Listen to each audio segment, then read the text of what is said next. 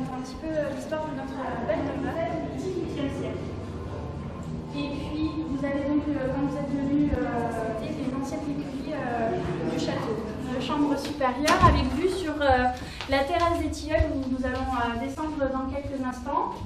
Et vous pouvez également voir juxtaposé à la terrasse des Tilleuls, vous avez le jardin à la campagne.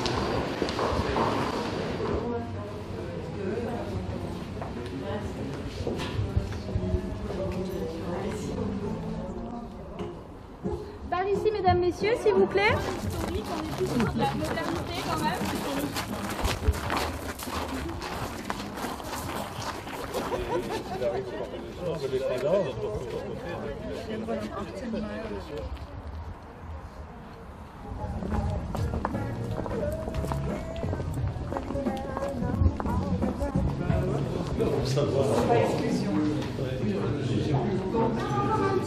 Juste pour vous raconter donc, au niveau de ce salon, pourquoi ce salon ici en Provence. Donc, ce salon a été à l'initiative du marquis de Méronnet, qui était le propriétaire de la demeure à partir du XVIIIe siècle. Il a été réalisé à la seconde partie du XVIIIe siècle, durant le règne de Louis XVI.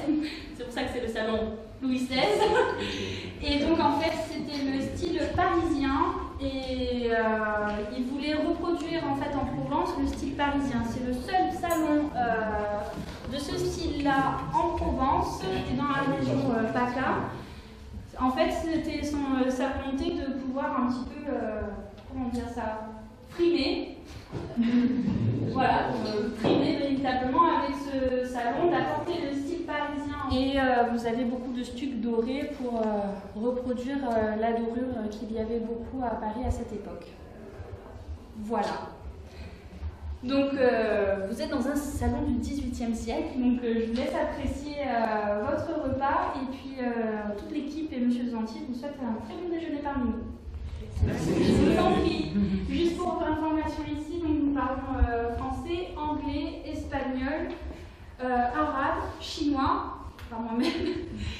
Nous parlons russe aussi également et l'allemand pas encore assez. Mais s'il y a des professeurs, éventuellement, nous sommes preneurs. Donc, bienvenue à tous, on est content de vous voir nombreux, enfin à peu près aussi nombreux que d'habitude, on est une vingtaine pour le Stammtisch, dans ce lieu chargé d'histoire, puisque apparemment cette salle est historique. C'est notre cinquième, hein? Cinquième. Je pensais que c'était plus. Donc c'est notre 5e Stammtisch qui se fait à midi au début de chaque mois. Dernière seulement, donc, oui, mais en juin ça ferait plus. Enfin, bon, on va dire que c'est le 5e. Parce qu'il y a des mois qui sont, je crois, décembre n'a pas été. Oui, pas tout le monde. Puis c'est un mois quand il y a des manifestations trop proches, il y aura du monde un peu de partout, je pense, dans des intervenants allemands qui vont venir, qui vont nous parler de l'économie, en partie des liens entre l'économie et la culture. On fait ça avec le centre allemand et Joachim Montaker qui n'a pas pu venir aujourd'hui. Mais et surtout axé, c'est un cycle qu'on démarre et qui est axé d'abord sur l'économie du marché, de l'art. Il est occupé par ailleurs. Ce n'est qu'une casquette de cet homme très chargé d'événements et de professions différentes. Notamment, il travaille pour tout ce qui est événementiel. Donc, il est à la tête d'une fédération qui travaille dans l'événementiel. Très actif aussi sur la région d'Aix, mais aussi par ailleurs. Et puis, on a déjà organisé en fait dans cette salle plusieurs manifestations, mais c'était toujours le soir. Alors, je suis très contente de le voir en journée, notamment aussi une assemblée générale, pas la dernière, pour l'économie et pour travailler à l'international, etc. Donc, c'est en partenariat avec l'UCAP, donc cette union des chambres de commerce et clubs d'affaires bilatéraux, cette thématique a été évoquée. Donc on va intervenir à ce niveau-là. Et il y aura aussi une présentation du club d'affaires lors d'une prochaine réunion d'un réseau, comité interréseau et la VARAP. Ça, normalement, c'est au mois de mai. Donc, par Jean-Baptiste Perron, on a été sollicité pour présenter aussi notre réseau d'entreprises donc franco-allemand, donc on va intervenir là aussi.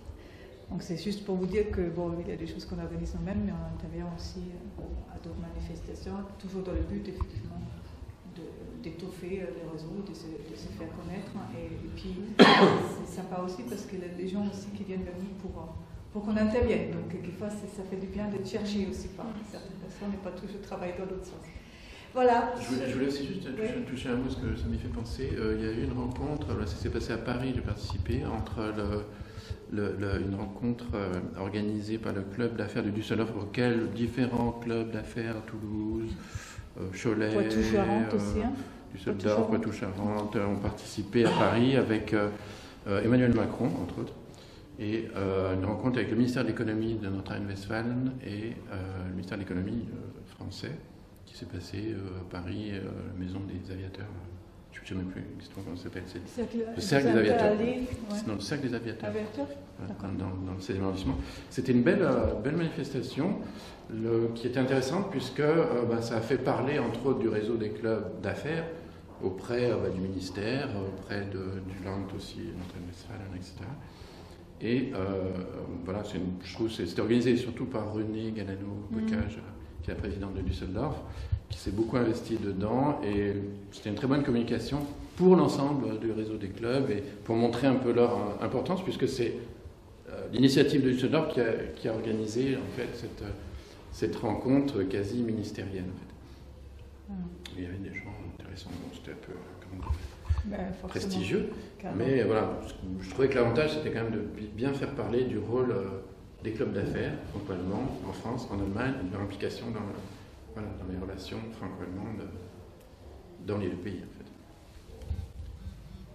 Voilà. Bon repas, bon bons échanges. Et voilà, et puis on peut revenir un tour de table vite fait tout à l'heure. Oui. Là c'est prêt à ça, puisqu'on est un peu isolé. Là, c'est bien. Quelquefois, quand on est dans des restaurants, on n'a pas une salle pour nous, donc au niveau acoustique, et puis il ne peut pas gêner les autres, c'est un peu embêtant. Mais là, on peut faire un petit tour de table tout à l'heure. Voilà. Bon appétit. Merci.